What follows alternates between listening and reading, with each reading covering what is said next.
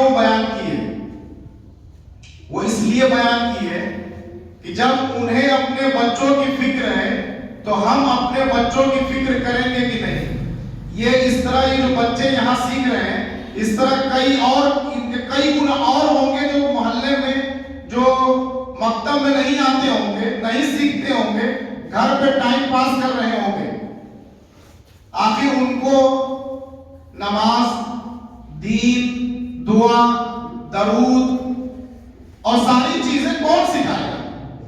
ان بچوں کو کون سکھائے گا کہ تمہیں اپنے ماں باپ کی خدمت کیسے کرنی ہے؟ باپ جب بلائے تو لبیک کہنا ہے، ماں کسی چیز کے لیے کہے تو اس کو سننا ہے، گالی نہیں دینا ہے، جھڑک کے بھاگنا نہیں ہے۔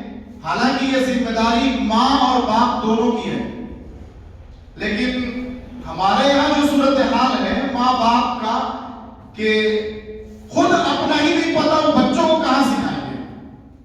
تو پھر کون سکھائے گا ان بچوں کو؟ یہ حافظ سکھائیں گے، یہ مکتب سکھائے گا۔ یہ جو دین کے چھوٹے چھوٹے یہ مکتب مسجدوں میں، مدرسوں میں یہ جو چلائے جا رہے ہیں وہ اسی لیے کہ ہر ماں باپ اس لائق نہیں ہے کہ وہ سوال کر سکے، لا یا بنی ما تعبدون من بعدی، ہر باپ نہیں سوال کر سکتا ہے۔ یہ انہی مکتب میں سکھایا جائے گا۔ اور یہ بھی جان لیجئے کہ اس عمر میں جو سکھایا جا رہا ہے، یہ جو دعائیں یاد کریں گے، یہ جو ثنا یاد کریں گے، درود شریف یاد کریں گے، رکوع میں تسبیح کیا پڑھیں گے، سجدے میں تسبیح کیا پڑھیں گے، صبح اٹھیں گے تو کون سی دعا پڑھیں گے، کھانے سے پہلے بسم اللہ پڑھیں گے، کھانے سے پہلے ہاتھ دھلیں گے، یہ جو کھانے کے آداب، سونے اور جاگنے کے آداب، یہ جو ملنے اور دور ہونے کے آداب، کہ سلام کے ساتھ ملیں گے، جب رخصت ہوں گے تب سلام کر کے واپس جائیں گے، یہ جو اس عمر میں یہ بچے سیکھیں گے چھوٹے چھوٹے، تتلی آواز میں جو بولیں گے، جو پیارے پیاری آوازوں میں جو بولیں گے، اللہ کو بہت محبوب ہے۔ جب اللہ کو محبوب ہے تو پھر اس کا اثر پورے گھر پہ ہوگا۔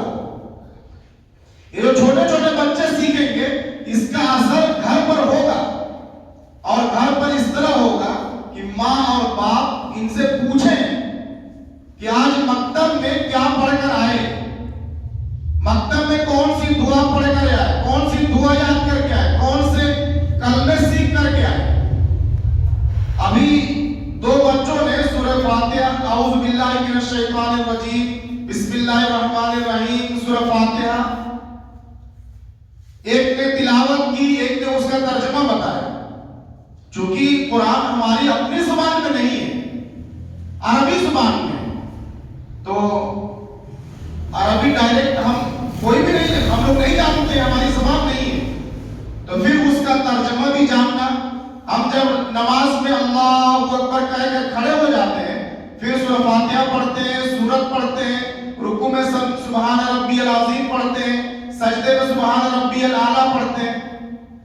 اگر ان کا مطلب بھی معلوم ہو ہم کو کہ ہم پڑھتے پڑھتے ایاک نعبد و ایاک نستعین پڑھتے ہیں، اے اللہ ہم صرف آپ کی عبادت کرتے ہیں، صرف آپ کی، کسی اور کی عبادت نہیں کرتے ہیں، نہ سورج کی عبادت کرتے ہیں، نہ چاند کی عبادت کرتے ہیں، نہ کسی پیڑ کی عبادت کرتے ہیں، نہ کسی پتھر کی عبادت کرتے ہیں، نہ کسی اور کی طرح کسی لوہے کو پوچھتے ہیں۔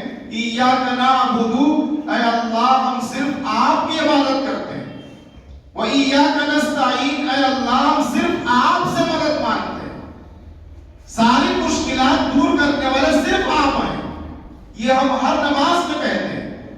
اس لیے یہ صورتیں یاد کرنا، ان کا مطلب بھی جاننا، کم سے کم اتنا جاننا کہ جتنا ہم نمازوں میں پڑھتے ہیں، پھر نمازوں میں اس سے زیادہ من لگنے لگے گا جو پہلے نماز پڑھتے ہیں۔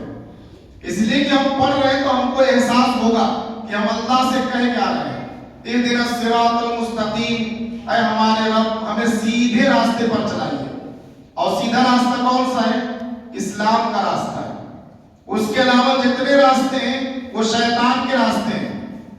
اسلام کا راستہ یعنی قرآن کا راستہ، حدیث کا راستہ، صحابہ کا راستہ، نبی کا راستہ، اولیاء اللہ کا راستہ، بزرگان دین کا راستہ۔ اس لیے کہ صراط الذین انعمت علیہم پڑھتے ہیں ہم لوگ، اے اللہ ہمیں ان لوگوں کا راستہ دکھائیے جن پر آپ کے انعامات آئے ہیں. اور انعام کن پر ہوا ہے؟ من النبیین والصدیقین والشہداء والصالحین، انبیاء پر، صدیقین پر، شہداء پر اور نیک لوگوں پر اللہ کی نعمتیں آتی ہیں. تو ہم ان لوگوں کے